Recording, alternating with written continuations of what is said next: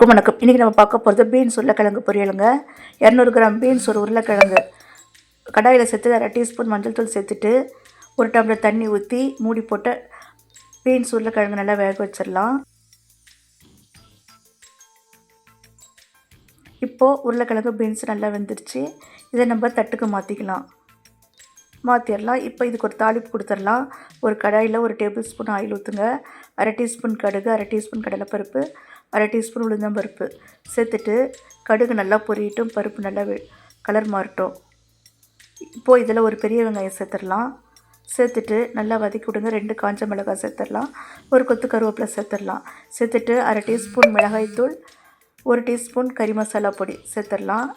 சேர்த்துட்டு நல்லா வதக்கி விடலாம். 1/2 டீஸ்பூன் மல்லித்தூள் சேர்த்துட்டு இந்த பீன்ஸுக்கு தேவையான அளவுக்கு உப்பு சேர்த்துடலாம். சேர்த்துட்டு நல்லா வதக்கி விடுங்க. வதக்கி விட்டுட்டு அடுப்பை சிம்மில் வச்சுட்டு மூடி போட்டு ஒரு 3 நிமிஷம் நல்லா வேக வைங்க. பச்சை மணம் போகட்டும். பீன்ஸில் பார்த்திங்கனாக்கா நார்ச்சத்து அதிகமாக இருக்குது, அயன் கண்டென்ட் அதிகமாக இருக்குது, மெக்னீஷியம், பொட்டாசியம் அதிக அளவில் இருக்குதுங்க. இப்போது எல்லாம் பீன்ஸில் இருக்கிற நம்ம போட்ட அந்த மசாலா ஸ்மெல்லாம் போயிடுச்சு. இதில் நம்ம 2 முட்டை ஊற்றிக்கலாம். ஊற்றிக்கிட்டு நல்லா கலந்து விட்டுடலாம். உங்களுக்கு விருப்பப்பட்டால் முட்டை ஊற்றிக்கோங்க, இல்லைன்னா தேங்காய் பூ, வேர்க்கடலை சேர்த்து கூட நம்ம வறுத்துக்கலாம்.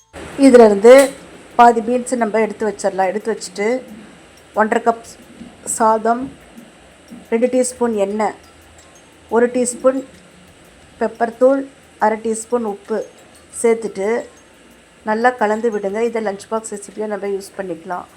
பீன்ஸ் உருளைக்கிழங்கு முட்டை சாதம் ரெடிங்க. வீடியோ பிடிச்சா லைக் பண்ணி, ஷேர் பண்ணி, சப்ஸ்கிரைப் பண்ணுங்கள். நன்றி, வணக்கம்.